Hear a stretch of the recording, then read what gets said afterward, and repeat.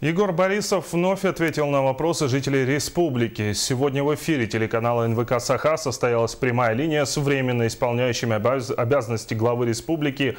Общение длилось около 2 часов. Всего поступило более 200 вопросов на самые разные темы.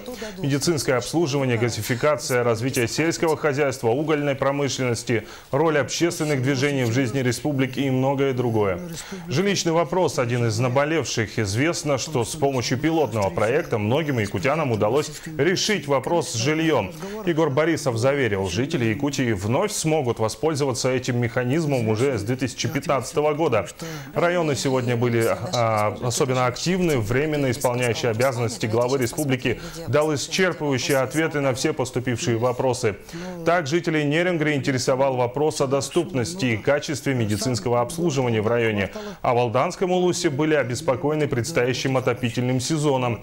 Нюрбинцев интересовал вопрос о судьбе гранильного завода. Говоря в целом о качестве жизни жителей республики, Егор Борисов отметил, что к 2022 году предстоит решение ряда больших задач.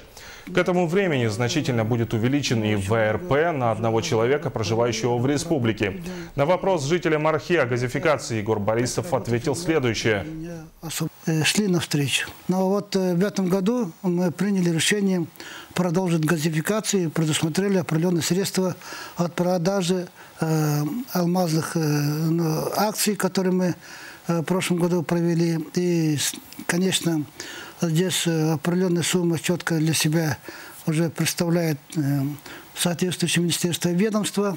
И в связи с этим мы продолжим работу газификации уже заречной группы районов в сторону Татинского района, в сторону Усалданского, Барагонцев, и будет продолжена работа газификации в горном районе, с Сасума в сторону Бердигостяха.